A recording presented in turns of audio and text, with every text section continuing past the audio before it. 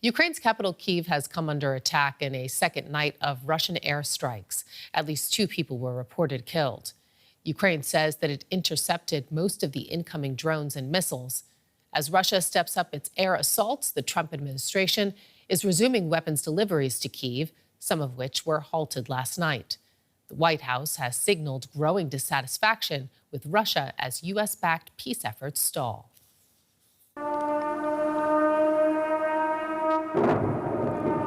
The Ukrainian capital under attack once again.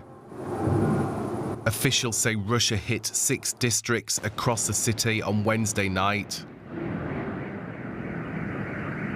Residents were forced to take shelter and keep windows closed because of the excessive smoke. I don't know what happened to my apartment. When I left, it was intact, but there's a fire in the building. Maybe it will burn down before the firefighters extinguish it. In recent weeks, Russia has intensified its aerial attacks, hitting civilian targets across Ukraine. Kyiv says it urgently needs more US-made Patriot interceptor missiles to repel Russian attacks. The latest Russian offensive comes after US President Donald Trump said he would ramp up arms deliveries to Ukraine, a move welcomed by Kyiv. We now have the necessary political statements and decisions in place, and we must implement them as quickly as possible to protect our people and to defend our positions. It mainly involves air defense, as well as all other supplies from the United States. Russia says it seeks a negotiated settlement, but that US weapons deliveries could prolong the war. To put it mildly, continuing to send weapons to Ukraine won't help bring about a peaceful settlement of the conflict, which seemingly everyone in the world community, including the West, is calling for. But this latest attack comes just a day after the largest missile and drone assault in the more than 3-year war. And DW correspondent Jan Philip Schultz is in Kyiv. He gave us this update after last night's attack. Indeed, it's been a very heavy attack on Kyiv, missiles and drones.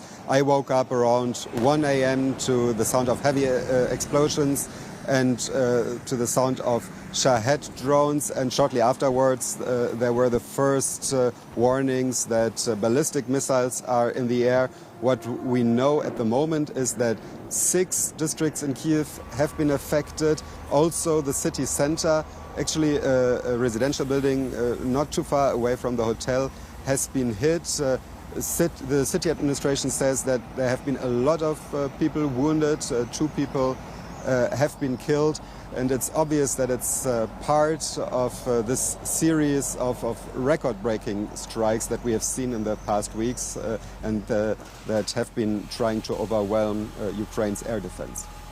The U.S. has confirmed that more arms deliveries, meantime, are on the way. Are these the weapons that Ukraine needs now to booster those defenses, and how quickly can they get there?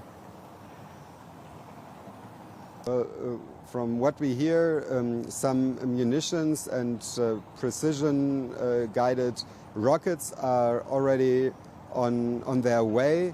This is a big relief, obviously, for Ukraine after 1 week of very stressful back and forth in which the US administration has also contradicted itself several times. But we don't know anything yet about the deliveries of the Patriot missiles. They seem to have stopped in Poland about a week ago, and they are probably going, the deliveries are hopefully probably going to resume, but we don't know anything concrete yet regarding the time of the delivery.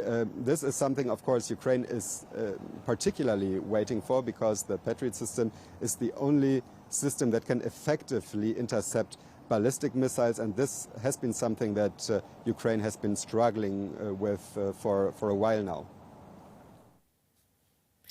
Kira Rudik is a member of the Ukrainian parliament for the Liberal Holos Party. She joins us now from Kyiv. Kira, Trump seems to have done a U-turn and is now sending more weapons to Ukraine. What do you need and when? Hello, Sarah, and thank you so much for having me. We need everything that the United States can get us as soon as possible. That would be the simple answer, because we are literally fighting for our lives, not only at the battlefield, but actually in the peaceful cities at home when we go to bed, because there is no guarantee here in Ukraine that if you go to bed that you will wake up and not be killed at night by the Russian drone or missile strike. The most urgent, though, is the Patriot missile systems and ammunition for that, because this is one of the key things that allow us to take down the ballistic missiles. The Russian attacks on Kyiv are complex. They consist of missiles and drones. And though we know how to take down drones, we still need American weapons to take down the ballistic missiles. It's been a week of back and forth when it comes to U.S. support. Do you now trust that Trump has realized how much is at stake for your country? We want to cautiously hope that that has happened and that finally President Trump is irritated enough by the fact that Putin publicly humiliated him and showed him a disrespect. So he will start putting pressure on Russia and not only on Ukraine to end the war. If this is peace through strength that he promised, Ukraine has done everything by the book, and now we hope that President Trump will try and get Russia to the table and get Ukraine the weapons that we need. Russia appears to be ramping up its attacks on Ukraine in order to drain your defensive capabilities. How many more large-scale aerial attacks can Ukraine take?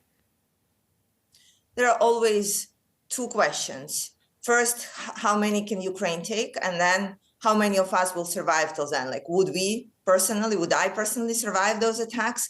The answer is we don't know. We are trying our best. We are doing our best. However, without the support, it will be much harder. And I can tell you, Sarah, that there is one thing that is much, much worse than sitting in a bomb shelter with your family, is to be sitting in a bomb shelter with your family when you don't know if the air defense has enough of the ammunition to take down missiles and drones. International leaders, meanwhile, are gathering in Rome to discuss reconstruction efforts in Ukraine. And I'm just wondering, how you're viewing those talks right now. Is it a little premature given the intensified attacks on Ukraine? Look, the reconstruction is not building new cities and rebuilding Ukraine from scratch, right? It is basically allowing to rebuild what Russia has already broken and allow people who has lost their homes, during one night, who have lost everything that they worked for during their whole life, to have a roof over their head. This is our key goal for so-called reconstruction. And this is why it needs to happen right now. We cannot wait until the war is over, because we have so many people who lost their homes and who have nowhere to live after every night's attacks on different cities of Ukraine. So this is the key goal. However, there's always a question about the financing for that. And we keep pushing for our European partners to go ahead with confiscating of 300 billion of Russian money that are being stored in Belgian Euroclear depository, because this is the resource that needs to be used not only in rebuilding Ukraine, but actually in arming Ukraine and ending the war. Will the prospect of future arms deliveries be discussed in Rome? Do you hope it will be? Well, we hope that we had Tkachenko in Rome yesterday, and from what we heard, there were very good conversations. Because again, when we are talking about reconstruction and rebuild and ending of the war, it needs to start with talking about the weapons delivery. Because I think when we look in a global perspective, there is no illusion that Russia, China, North Korea, and Iran will magically stop producing weapons and supplies and arming themselves if there is some sort of ceasefire. So we need to be ready. Europe needs to be ready. Democratic worlds need to be ready that these countries wouldn't just stop. We are here to stop them, but we also need to be mindful that war will be over tomorrow, and all those countries will just simply drop out of their attempt in destroying democratic world. Kira Rudik, member of the Ukrainian parliament, thank you so much for your time. Thank you.